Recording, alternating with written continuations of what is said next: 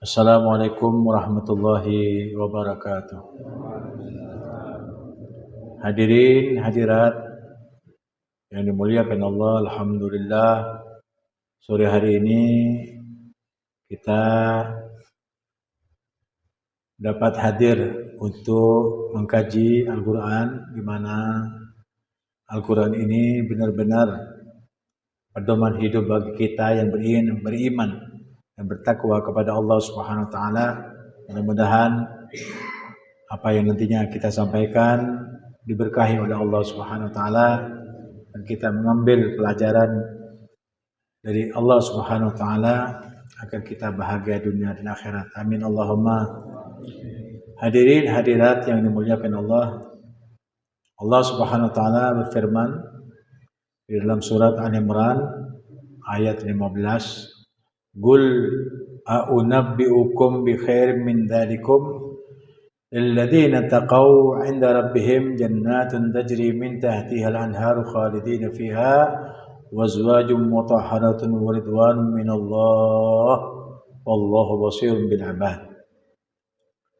Qul, katakan, artinya Allah menyuruh Nabi Muhammad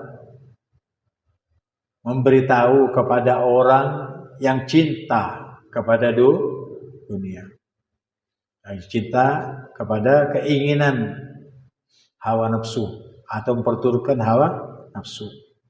Berupa apa? Berupa wanita-wanita, anak-anak, harta benda yang banyak, berupa emas permata, kuda pacuan, binatang ternak, dan sawah ladang. Itu katanya Allah perhiasan dunia, kesenangan di dunia yang sementara. Dan Allah memiliki di sisi Allah ada tempat kembali yang baik. Jadi kalau manusia yang beriman bertakwa itu tidak memfokuskan waktunya untuk bekerja, tapi fokusnya kepada bagaimana kita selamat di akhirat atau bahagia di akhirat, selamat di neraka, masuk surga bersama Nabi, karena di surga itu ada Nabi, dan pahalanya kita diberi apa yang Allah janjikan dan Al-Quran berupa kebahagiaan, kenikmatan yang abadi. Itu janji kepada kita yang beriman dan bertakwa kepada Allah. Wahai Muhammad, katakan, a'unabbi'ukum bi khairin min dzalikum, apakah kamu mau saya jelaskan, saya terangkan, saya kabarkan, saya beritahu kepada kamu bi khairin, dengan yang lebih baik min dzalikum, dari hal yang kami sebutkan tadi itu kepadamu? Berupa apa? Keinginan-keinginan kamu yang ada di dunia. Kalau misalkan manusia ini punya uang, jangankan sampai triliunan, ada orang yang punya 50 triliun, ada yang punya 500 triliun. Itu orangnya yang punya itu sudah mati. Atau orangnya itu sudah tua, yang tidak mengerti dan mengetahui sebanyak itu uang yang mereka miliki, dia tidak tahu karena sudah pikun. Sementara yang punya itu orang yang tidak mengenal Allah Subhanahu wa taala. Rugi apa tidak? Punya sawah, misalkan sawah ladang 1.000.000 hektar, mau diapain? 1.000.000 hektar. Kamu mati tetap itu sawahnya. Sertifikatnya hanya pindah saja. Cuman hak pakai saja. Kalau kamu sudah selesai memakai apa yang Allah sediakan di dunia itu, nanti akan berganti tangan atau berpindah tangan sertifikatnya. Uangnya ngeber dibawa ke timur, terus begitu. Jadi yang berpindah itu apa? Uangnya, nilainya, sertifikatnya. Haknya kamu apa? Haknya kamu hidup, makan, berpakaian, punya sendang, pangan dan sebagainya, punya rumah. Habis itu selesai. Kalau sudah masuk ajalnya, datang ajal kepada kita, idza jaa ajaluhum la yastakhiruna sa'atan wa la yastaqdimun. Apabila batas waktumu hidup di dunia itu telah diputus oleh Allah, itu namanya ajal, maka tidak bisa dimundurkan dan tidak bisa dimajukan. Tepat waktu, detiknya tepat waktu, harinya tepat waktu. Jadi orang-orang yang beriman itu sibuk dengan memikirkan bagaimana nasib kita ketika sudah mati. Kalau kita mati berarti hidup. Kalau kita hidup harus mati dalam keputusan Allah. Ini mati namanya. Bagaimana mati, Beb? Mati tunduk patuh kepada peraturan Allah. Itu mati. Ketika kita mati, jasadnya akan hidup, rohnya itu akan bahagia di alam kubur. Karena di alam kubur itu ada kebahagiaan. Dan juga di alam kubur ada siksaan. Adzabul qabri haqqun. Azab kubur itu bagi orang kafir benar adanya. Oleh karena itu jangan berani-beraninya kamu misalkan tentang siksa kubur. Satu hari di alam kubur sama dengan 500 tahun di dunia. Kalau tersiksa satu hari saja, orang kafir itu di alam kubur, dia berarti harus menerima sepanjang 500 tahun ukuran dunia. Tidak imbas. Hidupnya hanya antara 60 sampai 70 atau bahkan 100. Kalau sudah 100 tidak akan nikmat hidupnya. Ya, kalau orang sudah umur 100 tidak nikmat hidupnya. Makannya tidak enak, tidurnya tidak enak. Walaupun dia kaya raya, ya. Tidurnya harus jetik, bangunnya harus jetik juga. Nggak robot kan. Jadi tidak baik. Makanya jangan minta panjang umur, barakah umur. Ketika kamu sehat, kamu sanggup beribadah kepada Allah, sanggup meninggalkan apa yang dilarang oleh Allah, sanggup mematuhi perintah dan sabda-sabda Rasulullah. Barulah kamu bermanfaat hidupnya kamu itu. Barulah bermanfaat harta yang Allah berikan kepada kita. Jika harta yang Allah titipkan kepada kita berupa kendaraan untuk menuju surganya Allah, ya silakan cari harta, tapi jangan ngotot yang moyu, karena harta itu sudah dibagi-bagi sama Allah sebelum engkau dilahirkan ke dunia. Dan sudah bilang, kalau misalkan harta itu karena sebab pinternya, dosen-dosen itu pinter, karena dosen itu yang ngajar, guru-guru yang mengajar murid-muridnya, ya, tapi dia kaya-kaya, dan seterusnya. Jadi kita tidak fokus kepada apa? Tidak boleh fokus kepada dunia. Karena dunia itu akan meninggalkan kita. Dan kita pun juga meninggalkan dunia. Makanya orang yang mati itu dikatakan apa? Meninggal dunia. Dunia yang ditunggu-tunggu akan ditinggal. Dengan sendirinya. Mau tidak mau. Secara rela ataupun terpaksa. Tetap kembali semuanya itu kepada Allah. Kamunya kembali kepada Allah, dunianya kembali kepada Allah. Tidak kira dibawa dunia itu. Uangmu yang banyak tidak akan dibawa mati. Paham? Nah, ini. Mau kamu yang lebih baik daripada apa yang saya sampaikan itu? Lilladzina taqaw, bagi orang yang bertakwa, inda rabbihim, di sisi Tuhan mereka, yaitu Allah, jannatun tajri min tahtiha al-anhar khalidina fiha. Surga yang Allah sediakan bagi orang bertakwa itu mengalir dari bawah ke bawahnya sungai-sungai. Mereka kekal di dalamnya, wazwajum mutahharatun, dan istri-istri yang cantik yang suci, selalu perawan.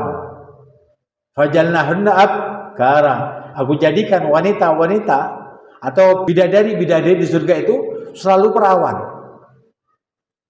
Selalu perawan. Sudah dikasih perawan, kamu masih ribuan perawan untuk kamu.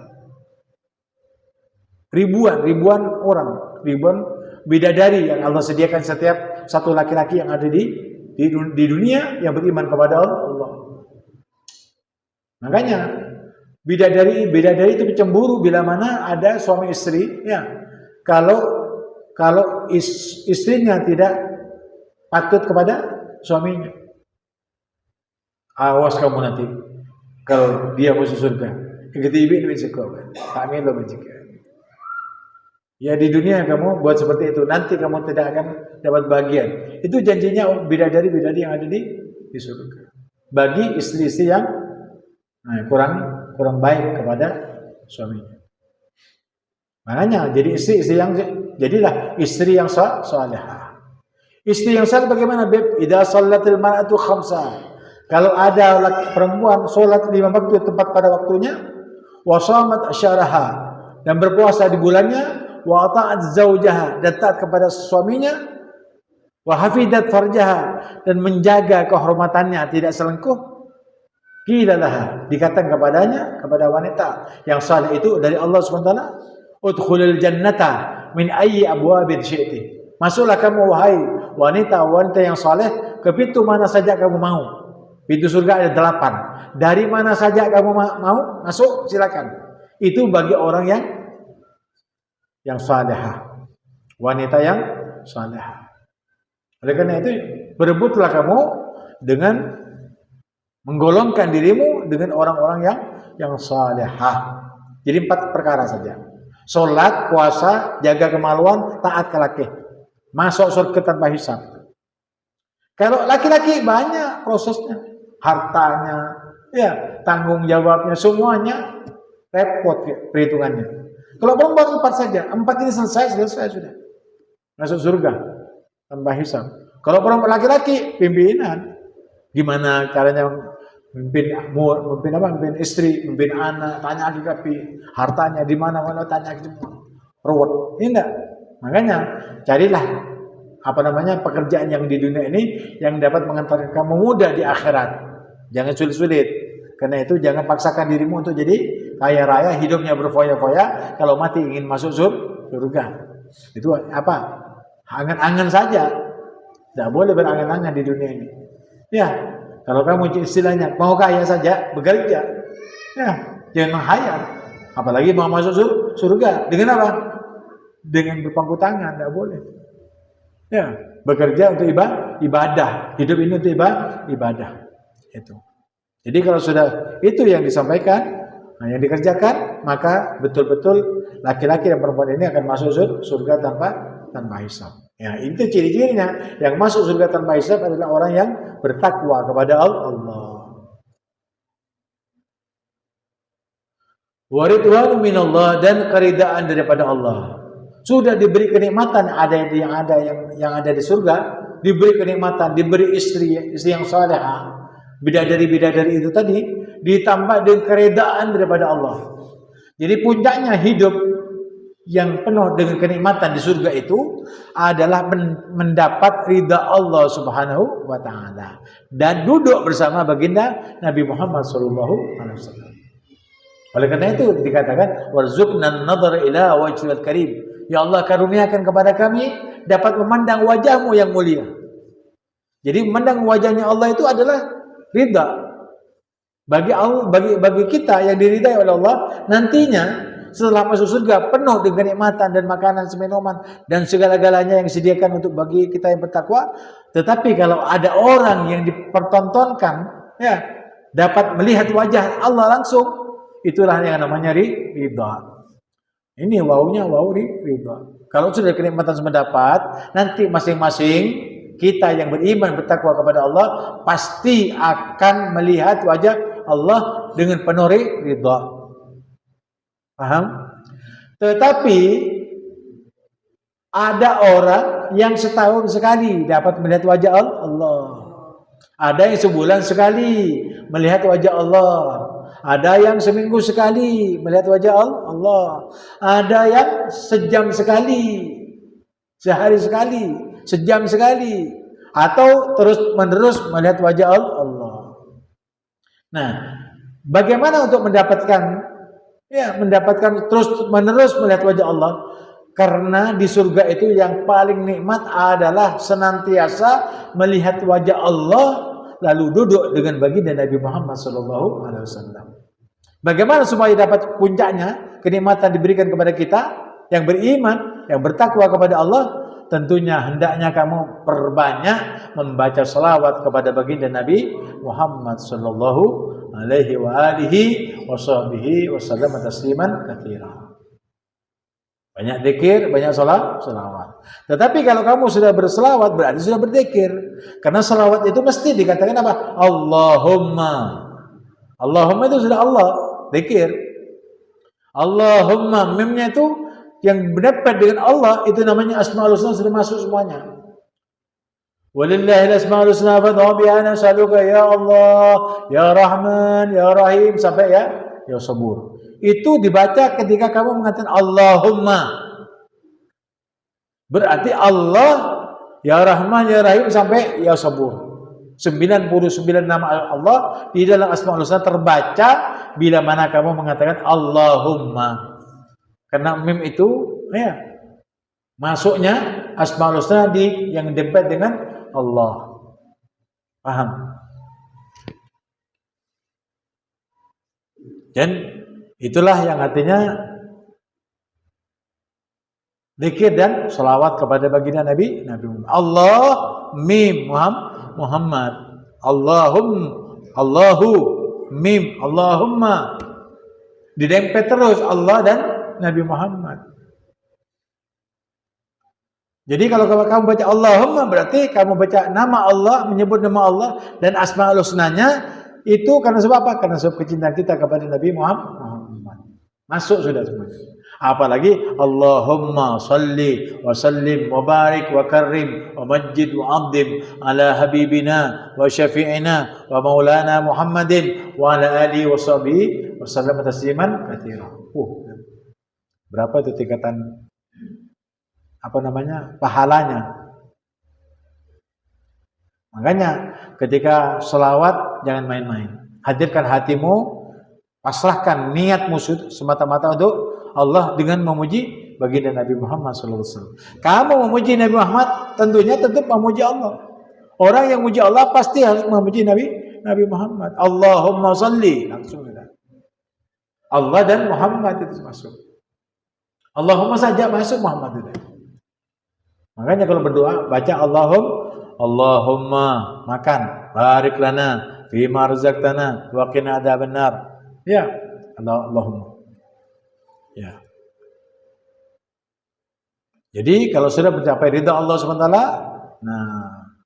nah orang yang mencapai ridha Allah di akhir itu juga bentuknya di dunia itu ridha Allah fi ridal walidain. Kalau dapat kamu ya ridhanya kedua orang tua, berarti pastikan bahwa Allah itu ridha kepadamu dan kamu akan mencapai ridha Allah Subhanahu wa taala ketika kamu dimasukkan dalam surganya. Nah, Ustadz ini kan sudah sampaikan. Kamu itu belajar kepada seorang ya, bukan apa? Sombong, bukan. Tahaddus bin nikmah. Ibu sudah meninggal dunia, abahnya Ustadz meninggal dunia, ibunya Ustadz meninggal dunia. Tetapi Ustadz itu tidak pernah mengatakan kepada ayah, kepada ibu. Tak pernah mengatakan seperti itu. Tidak pernah. Dan kebaktian Ustadz kepada kedua orang tua sudah jelas. Ya. Sampai mengantarkan husnul khatimah kepada ayah dan kepada ibu. Selesai. Kalau masa dunia, kalau punya uang, kasihkan sama ibu. Aduh Salim, makasih nak. Cik punya lemah nanti besar. Seperti itu. Jadi kalau kita punya uang banyak, tidak disimpan sama istri, kasihkan sama ibu. Kasihkan sama ibu. Melakin mas-masan dikasih sama saudara-saudaranya, dikasih sama teman-temannya. Itu ibu saya. Walaupun tidak kaya, tapi kalau punya uang, tidak lama. Tidak ada lagi, sudah ada uangnya habis, sudah dibelikan emas cincin dan dibagi-bagi sama saya.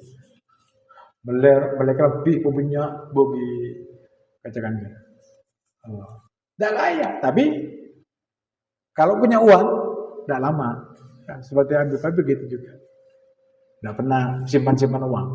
Kalau ada uang, ada perlu, ada yang butuhkan, tidak pakai nunggu lama. Benar.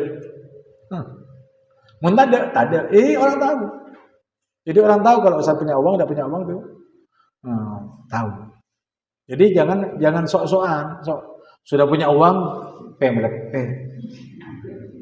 Aku tahu menespah. Enggak.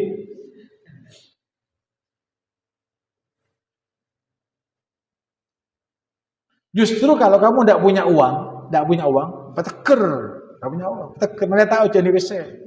Lo tadi WC gitu, turun mengetur. Lo tadi bisa ukur ya, turun mengetur. Dan Imam Ali, menurut dari WC, kalau tidak punya uang, kamu ya pura-pura seger, pakai baju yang bagus, bajunya, ya, gitu. Kalau tidak punya uang, kalau punya uang biasa-biasa, jangan sombong. Ya Ali punya uang ada? Hari yang paling bersombong kata tindek. Ya, kelihatannya seperti orang tidak punya, tapi setiap dipinjami uang atau diminta uangnya langsung ada. Kan heran orang. Mungkin meseker yang mesti tahu. Engkau tadi bisa gian. Paham? Jadi seperti itu. Jadi jangan cek nispaan karena tidak punya uang. Ya, jangan nispah. Tetaplah kamu tegar. Karena kamu harus bersama Allah. Orang yang bersama Allah itu tidak susah hidupnya.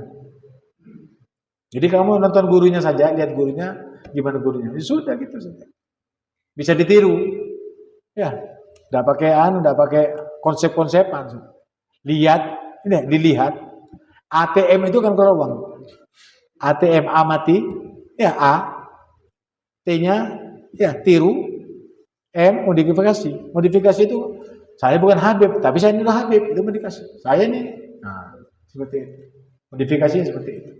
Jadi amati, tiru, modifikasi ATM itu. Kamu enak, ya enggak? Enggak apa-apa, kalau misalkan punya uang, pinjam, enggak apa-apa. Tapi kembalikan. Tapi jangan pinjam di bank, itu aja. Mereka tak pelengan, ya enggak? Itu memang sudah disampaikan sama Habib semuanya. Ya. Ini karena ini sudah takut terjadi sesuatu yang tidak enak, disampaikan. Supaya kamu nanti kalau sudah selesai, sudah tobat, tidak mau pinjam-pinjam lagi. Ya paham? Mudah-mudahan cepat lunas yang punya uang. Macam binyan.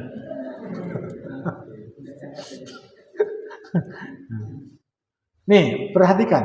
HP itu kecil. Tapi anak-anak sampai buta matanya atau otaknya rusak. Gara-gara apa? Main game. Ini HP. Ya, main game. Matanya sampai rusak. Ya, pikirannya rusak. Bentain ngenceng-ngengen. Ini gara-gara HP. Anak-anak muda, kelas SMA, ya, kuliah, main apa? Judi online. Hancur hidupnya. Orang tua, ya, sakit-sakitan untuk memberikan biayanya anak. Main apa? Main pinjaman online. Sama. Anak-anaknya, pemudanya, dan orang tuanya. Bahkan orang tua laki bini, ayo judi.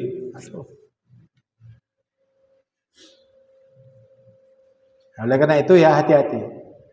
Orang Islam itu sebenarnya harus mengikuti apa yang disampaikan oleh Allah dan Rasul. Ini pelajaran namanya. Paham? Yang belajar itu didengar, diamalkan, dan diikhlaskan semata-mata untuk mengunduh ridha Allah. Allah basirun bil ibad. Dan Allah itu maha melihat. Maha melihat. Basir. Ya. Basir itu maha melihat. Terhadap hamba-hambanya. Terhadap tingkah lakunya. Semua tahu. Yang dikerjakan dulu, sekarang, dan yang akan datang itu tahu. Allah. Semua gerak-geriknya. Kenapa? Kalau sang mencipta, kamu itu hanya mengikuti apa? Takdirnya. Nah, bila mana kamu merasa susah, ya Allah, kenapa saya takdirnya seperti ini? Tapi aku, ya Allah, aku pasrah kepadamu. Takdirku memang sudah dalam hal ini buruk misalkan. Tapi aku pasrah kepadamu, ya Allah. Aku taubat, ya Allah. Terimalah taubat kami dan berikan penyelesaian untuk hidup kami. Supaya kami tumaknina dalam ibadah kepadamu. Minta kepada Allah. Ketika dia beri, alhamdulillah, syukur. Paham? Itu saja kuncinya. Ya, jangan memikirkan orang yang punya utang. Jangan pikir utangnya. Ya, jangan mikirin utang kamu. Saya kasih jalan keluarnya. Orang yang punya utang itu jangan dipikir utangnya. Bagaimana cara menutupi utang setiap bulan ada tagihan? Bukan begitu. Tapi dekati dirimu kepada Allah SWT, minta, ya Allah, Engkau yang maha memberi, Engkau yang maha menerima, Engkau ya Allah yang penghapus dosa. Aku banyak dosa ya Allah, aku keliru ya Allah, aku begini ya Allah, aku berat ya Allah, aku begini ya Allah. Kalau Engkau tidak memberikan aku jalan keluarnya, kapanpun saja aku tidak bisa melunasinya. Itu pasrah namanya. Ketika Allah buka sedikit kerannya, kamu akan selesai. Kalau sudah selesai, tutup buku dah. Tidak usah pinjam-pinjam lagi. Cukuplah kamu hidup sederhana. Al-qanaatu malun la yanfad. Sifat menerima apa adanya itu adalah harta yang tak pernah sirna. Jadi kalau sudah seperti ini, kamu jangan berlebih-lebihan atau menyikapi hidup dengan apa? Berfoya-foya. Cukuplah dengan apa adanya, niscaya kamu akan bahagia selamanya. Amin Allahumma.